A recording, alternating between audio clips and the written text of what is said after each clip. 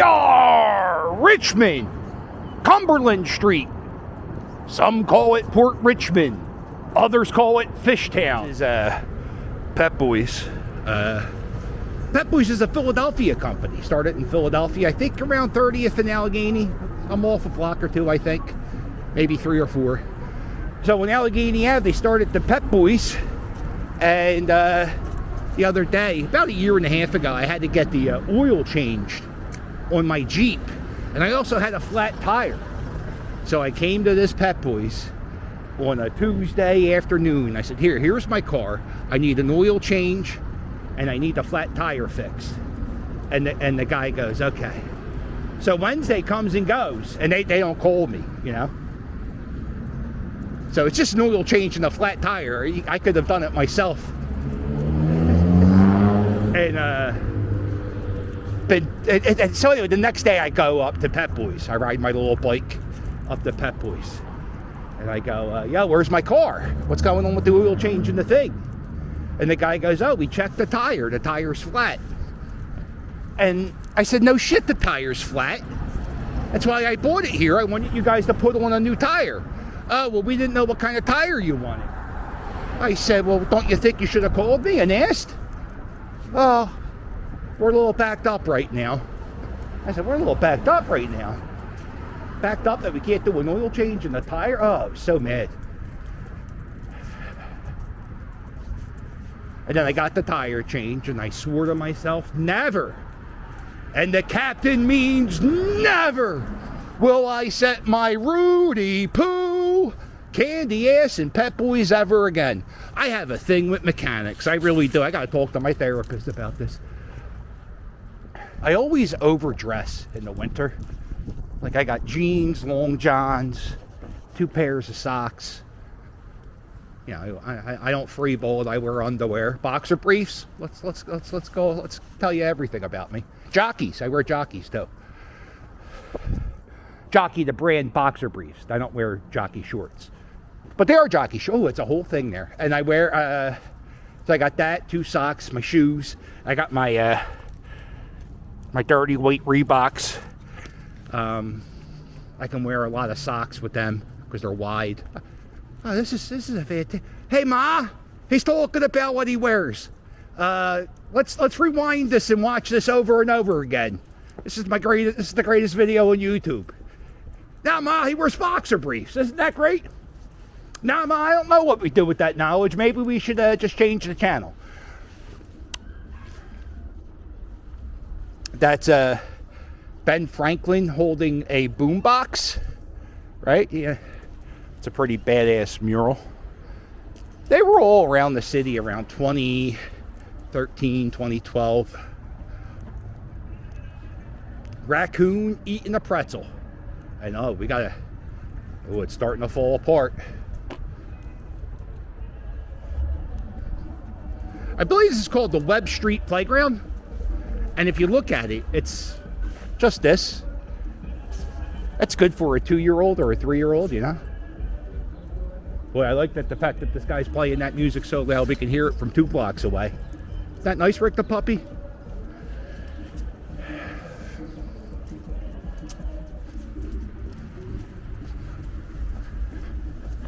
So you see this hill? This hill isn't really a hill. There used to be like a lead paint factory. Look, don't be writing book reports. This could be wrong. I don't know what type of factory was here, but they made some type of lead product. I think it was lead paint. Anyway, that hill, from what I hear, is just lead. And that's why it's all fenced up. Nobody can go there. Like they had nowhere to put it. So they said, you know what? Let's make a lead mountain. That's at Huntington. I think this is Thompson. This is Thompson.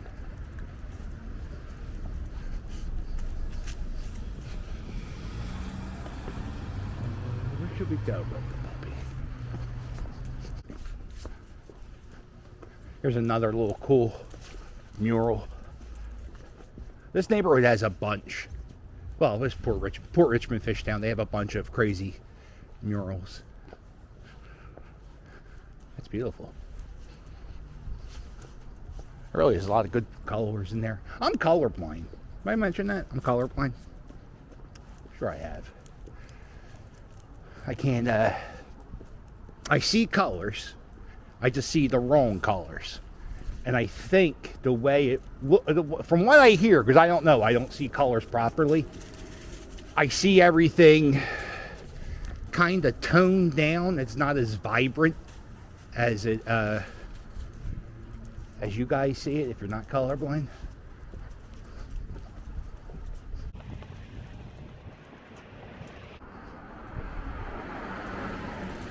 They sell these sunglasses you can wear. And I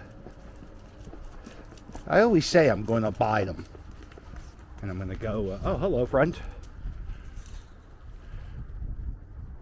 That shepherd looks like Jesus. That's funny, because that's the thing is, the thing of it is, right? Like when I see that, I think Jesus, but there's no way that's what Jesus looked like. Jesus wasn't a white guy, right? You don't see many white guys walking around the Mideast. Or maybe, I don't know. I don't. Not that I ever go to the Mideast. I would never go to the Mideast. I don't even know if I would, I don't know if I would fly over an ocean. That's just, God, does that seem dangerous, flying over an ocean.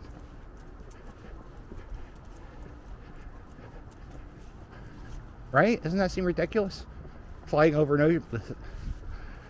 Mrs. Cat's like, I want to go to Europe when we get older. I said, I don't know if we can do that. And they got a bus? I ain't taking a cruise ship. I don't know how people are even doing cruise ships these days. I remember the pandemic, and people got stuck on boats for months. No way. No thank you. No cruise. And by the way, the cruise ship can sink and you all die. I know. I saw Titanic.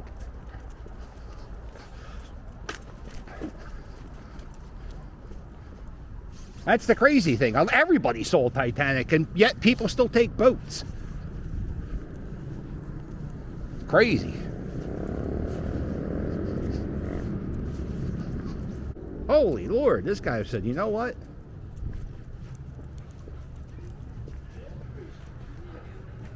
Wow. Look at this guy.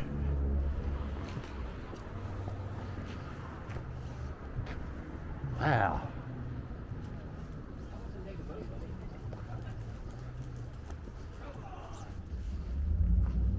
That's crazy.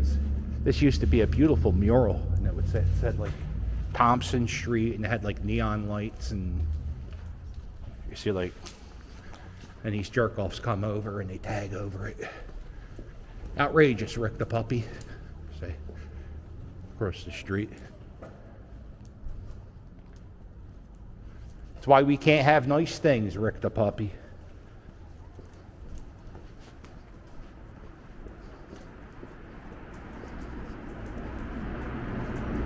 Recording this December 27th, 2022.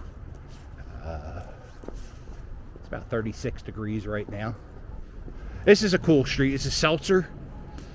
And this is one of the few red brick paved streets in the city. And it's a pretty long red brick street. It's about, what, 2-3 blocks? I think I saw an article. I made this video a while ago called Streets of Philadelphia, talking about the different paved streets and how I think there's over 300 streets in Philadelphia that aren't paved with asphalt. A lot of it's paved with Belgian blocks. There's a few streets that are cobblestone, and then there's a few streets that are red brick. And even rarer, there are buildings that are streets that are blue bricked. It might have been this building here. Yeah, it had to be one of these two buildings, or it might have been something they knocked down. There was a bar, and I was in a punk band I was in a punk band up until 2010, called Public Urination, and before I tell that story, this is a diner, or like a luncheonette from the 1953. Still open. Look how cool this place looks. Ain't that awesome?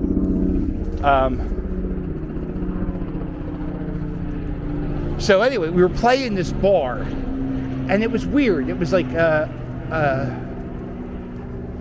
it's weird when you're in a band, because when you're in a band, it's sort of your responsibility to sell tickets. And some places, if you don't sell enough tickets, they charge you money. There are so many horseshit things that they do with bands. It's the same way with wrestling promoters. They know that you want to get on stage and you want to perform, and they're like, you know, you're so desperate to perform, you got to sell 10 tickets or you got to give us $100 to perform. So at that venue, we had a guy named Patsy. Patsy's my friend, and he would go to all our shows, and he was everybody's friend. And Patsy didn't pay to go watch Public Urination play. Patsy would never. How dare you ask Patsy to play? So the guy at this show, at that bar, he was like, yo, what's this guy do? Like, we had to tell him what instrument we play. It was really weird. What a dickhead thing. You know, I wish I would just spit in that guy's face right now. I really would.